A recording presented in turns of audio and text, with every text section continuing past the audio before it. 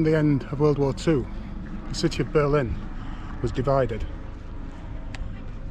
It was split into 4 zones. The east side was controlled by the Soviets, and the west side was split into 3 and controlled by the Americans, the British and the French. People living in the east were becoming more and more disillusioned with living under what was quickly becoming a dictatorship, whilst people in the west were starting to enjoy the freedoms of Western democracy. So more and more people wanted to move from the east to the west, and many did. By 1961, 1/6 of the population of Eastern Germany had moved to the west. This was having a devastating effect on the economy of East Germany. So one morning, people woke up and noticed these things appearing through the middle of the city.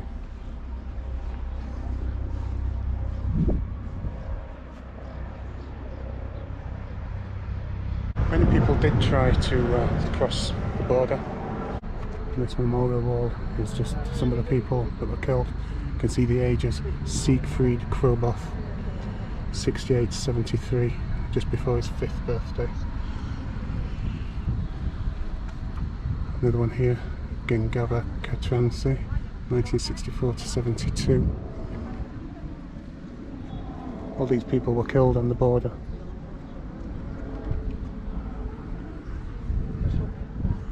Jörg Hartmann is 11. Approximately 150 people were killed trying to cross the border. Most of them were shot. About 1/3 of them committed suicide when they realised that their plans to escape had failed.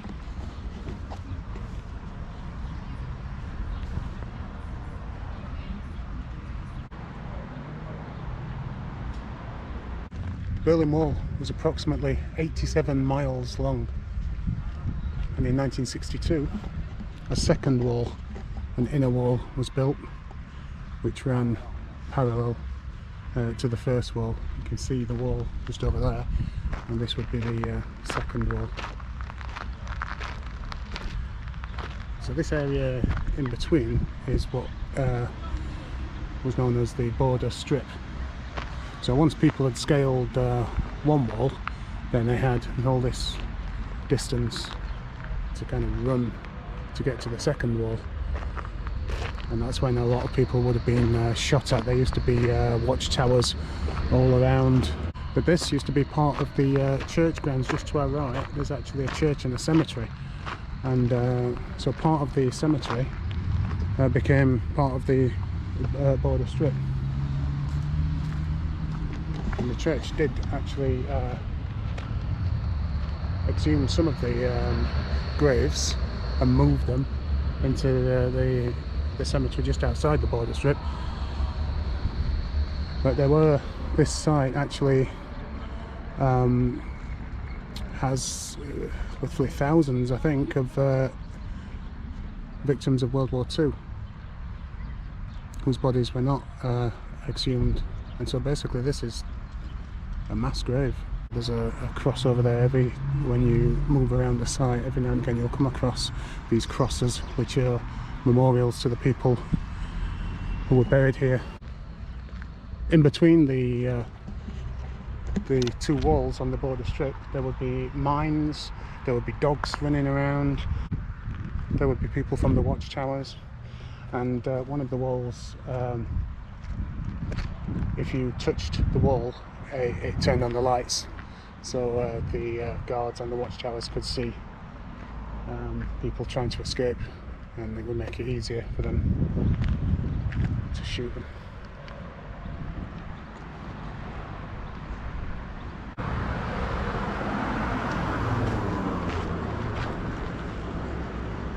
There used to be 302 of these, and they weren't just used as watchtowers, they were also used as prisoner holding cells and storage facilities. And you can just about make out the outer wall through there.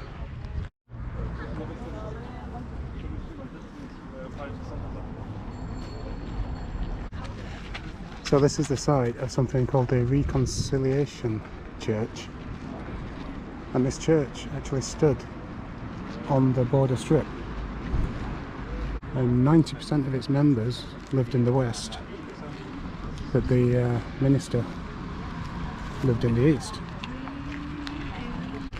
And for a few short days people were still allowed to come from the west to the church, but then it was completely closed down and it just stood on the border strip, no one being able to visit it for another 24 years when it was blown up.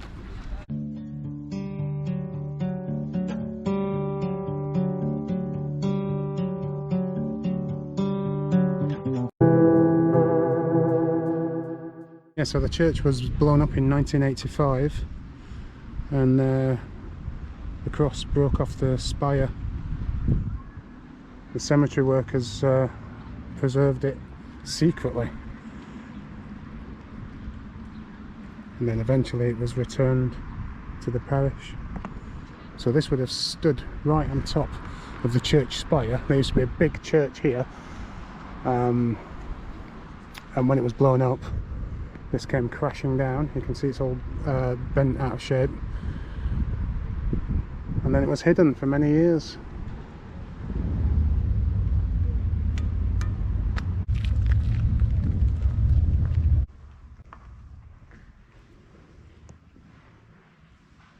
So this is the new chapel of Reconciliation. It's just celebrated its 20th anniversary.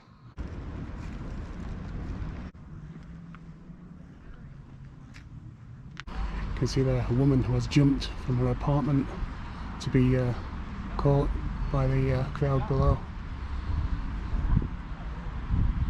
And obviously this one didn't quite make it.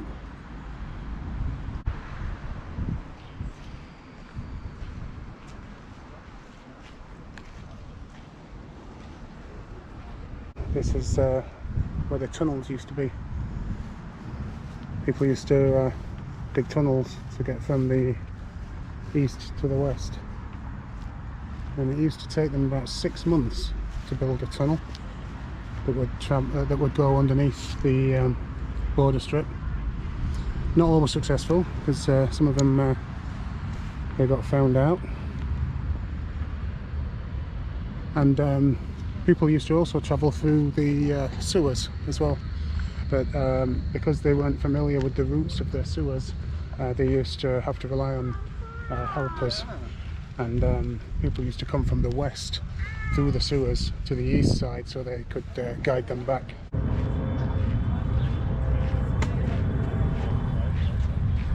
So the courtyard to a building that used to be here was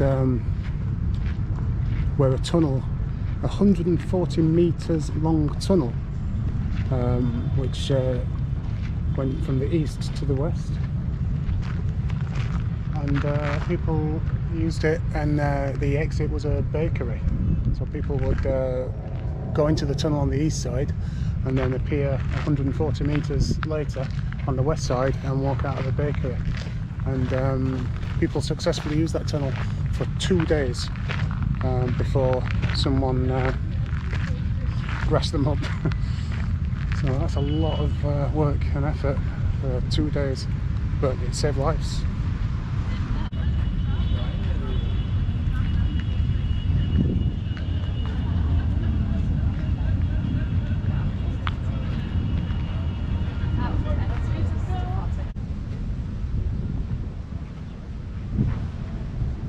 So this is the remains of the inner wall.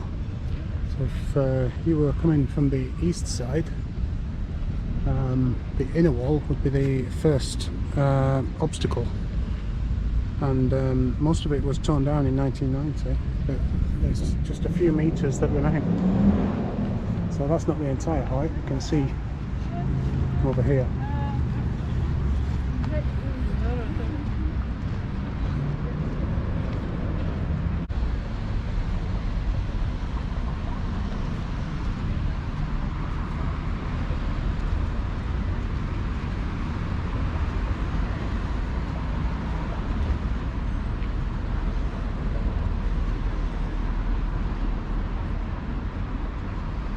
You can see both of the walls. This is guessing this is the outer wall, and just there it's the inner wall,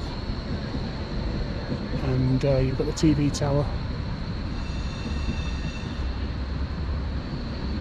So another tunnel here. That's a rediscovered escape tunnel. It's discovered in 2019. You can actually go walk through it.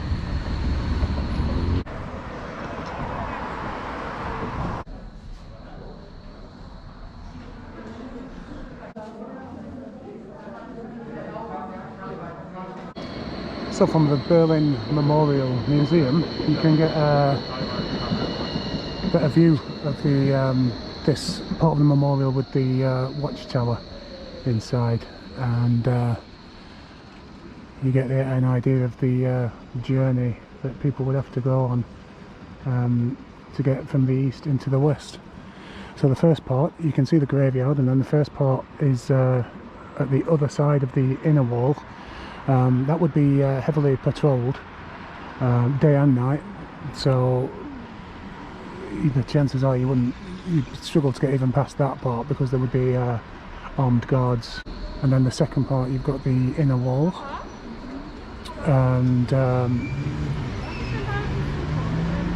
big parts of that, the inner wall, would have had barbed wire on as well.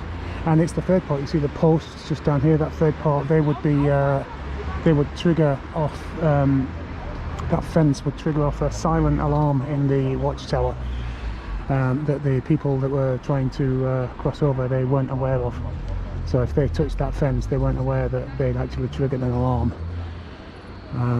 So they wouldn't think to retreat or anything, they'd just keep moving forward. The middle, you can see, that used to be a road, and armed guards would patrol in their vehicles, driving around the perimeter of the entire, what was it, 80 something miles. And then here you would have sand pits, which would slow people down and also leave footprints as well. And then you had the fifth part, which was the second part of the wall. So I've already spent hours I was expecting to come up here for about 10 minutes, and I spent hours up here. It's a really interesting part of Berlin that you should come and visit. Everything's free to walk around, you don't have to buy tickets or anything like that. Even the museum that I'm studying now is free. So obviously it's a massive part of Berlin's history, and so it's something that you should definitely consider checking out if you come to Berlin.